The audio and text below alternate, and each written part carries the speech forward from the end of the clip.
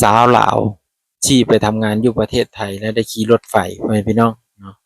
เพิ่นว่าจ่ายค่ารถไฟนี่บ่ได้แพงเด้เพิ่นว่าเนาะเพิ่นก็ใส่เหรียญหยอดลงอยู่ในตู้ของอันบ่อนเก็บเงินเนาะ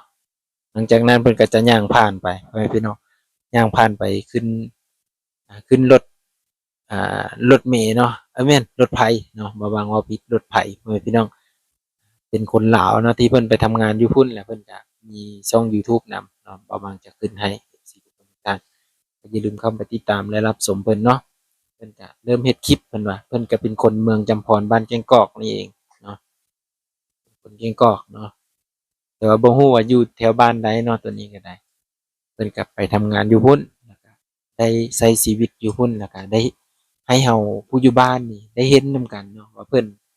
ได้ไปขึ้นฮอดรถไฟที่ว่าอยู่เทิงเนาะไปที่อยู่เทิงสุดหมู่เลยพ่อแม่พี่น้องเนาะบ่บางก็บ่เคยขี่จักเทื่อแต่ก็ได้ยินข่าวอีกว่ารถไฟอยู่ประเทศไทยน่ะบ่มีคนขับแต่ก็ไปได้บ่บางอึ้งเลยพ่อแม่พี่น้องได้ยินคำนี้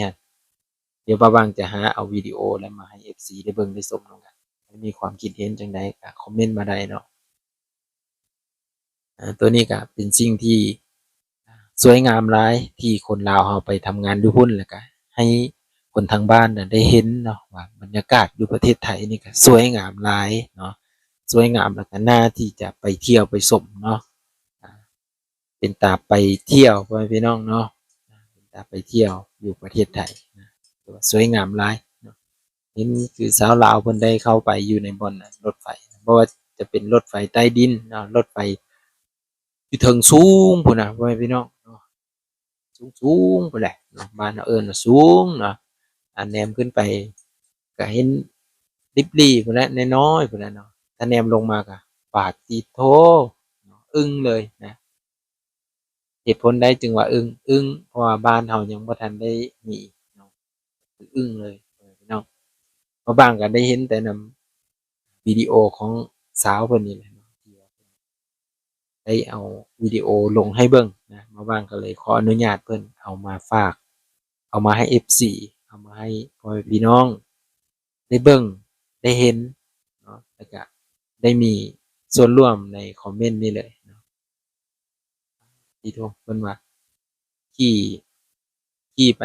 พักไกลๆก็เสียเงินน้อยหนึ่งเพิ่นว่าเนาะก็ถือว่าสมเหตุสมผลเด้พี่น้อง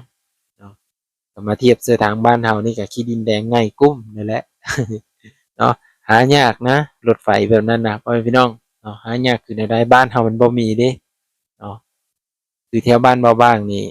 ได้ขี่แต่รถไถนาเด้อรถไฟนี่บ่เคยเห็นเลยที่ได้ขี่รถแท็กซี่นี่ก็ยังบ่มีแล้วเนาะถ้าอยากขี่ด่วนๆอีหลีก็คือขี่มอเตอร์ไซค์เนาะมอเตอร์ไซค์แล้วก็ขี่อ่าจักรยานเนาะถ้าว่ารถยนต์นี่บ่ทันมีดอกเนาะส่วนน้อยดอกส่วนหลายมีแต่รถไถนาเนาะบ้านเบาบางรถไฟบ่เคยมี FC ทุกคนแล้วก็บ่เคยเห็นอีกเนาะ แต่ว่าว่างๆกันเคยได้ไปขี่อยู่เทื่อนึงเนาะไปกับพี่ทิพย์อันเนี้ยเพิ่นได้พาขี่รถไฟเนาะข้ามแม่น้ำไม่แม่นข้ามแม่น้ำรถไฟลอดใต้แม่น้ำเจ้าพระยาว่างๆกันยังงงอยู่ตอนไปหั่นข้ามได้แนวเหรอรอดได้แนวใดเนาะแม่น้ำบักเลิกๆจะรอดไปได้แนวใดเนาะรอดลงไปจะว่าขาขี้ตมบ่ขึ้นน่ะนะอา ตัวนี้คือความคิดของคนบ้านนอกความคิดของคนชนบทเนาะบ่เคยเห็นความเจริญบ่เคยเห็นความรุ่งเรืองเนาะแต่ได้ไปเห็นได้ไปขึ้นไปนั่งแล้วนี่บ่รู้สึกซ้ำพ่อแม่พี่น้องบ่รู้สึกว่ามันคาขี้ตมซ้ำบ่ได้มีเลยตัวนั้นน่ะเนาะคือแบบตรึดไหลเนาะเอานั่งนี่บ่รู้จักซ้ำประมาณจักนาทีว่าตอนขี่ตอนนั้นก็บ่ได้หลายนาทีใดเขานึงก็ซอด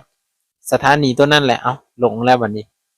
คือว่าไหวอีหลีเนาะตอนเพิ่นสิไปมันจะดังอิ้งๆพ่อแม่พี่น้องเนาะเพราะว่าก็ฮักก็ครั้งแรกนั่นแหละที่ไปได้ขึ้นขี่เนาะก็ดีใจหลายตอนนั้นก็ป๊าติโธแบบสาธุบุญที่ได้ไปเห็นเนาะ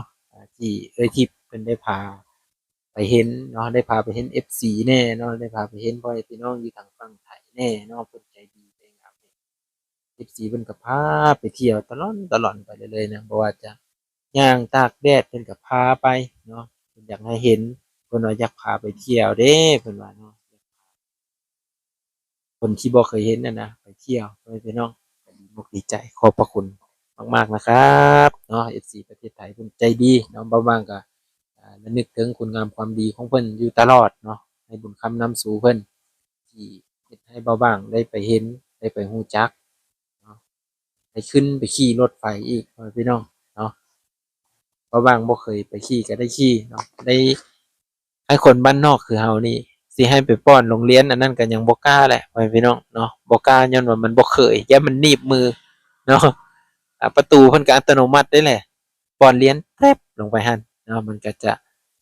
ไขประตูให้เราแอดออกมา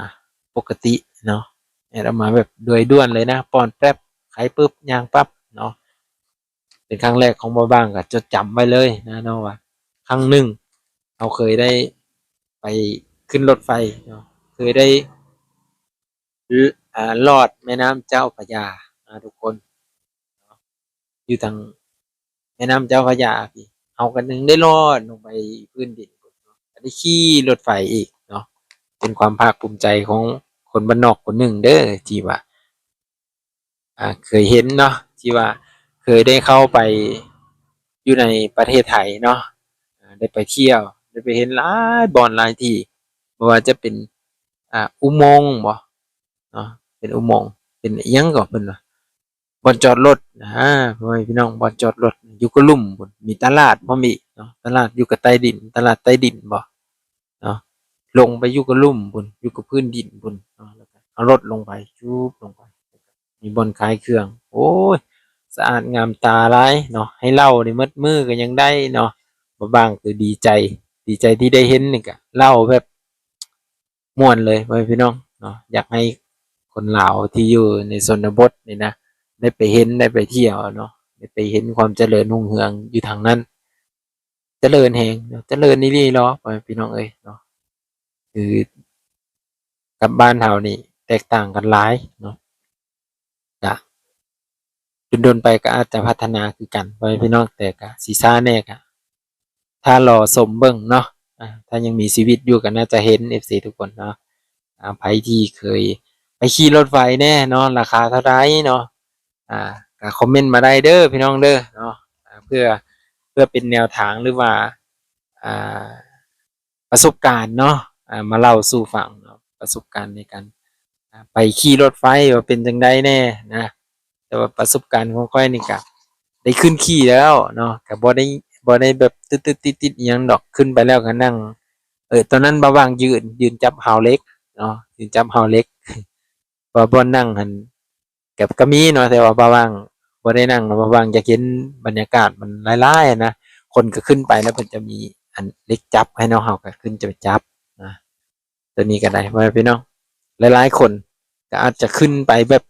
มันไหวนะพ่อแม่พี่น้องมันไหวแบบด่วนแหงเนาะตัวนี้นะรถไฟ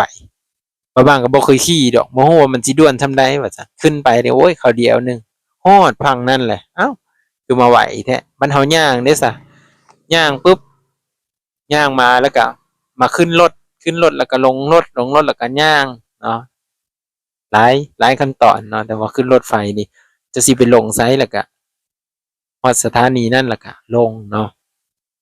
แบบสะดวกสบายเลยพ่อแม่พี่น้องเอ้ยเนาะแต่ก็บ่ได้มีขี้ฝุ่นขี้หยังอีกได้เข้าไปอยู่ในรถนะบ่ได้มีขี้ฝุ่นอีกรถไฟอะ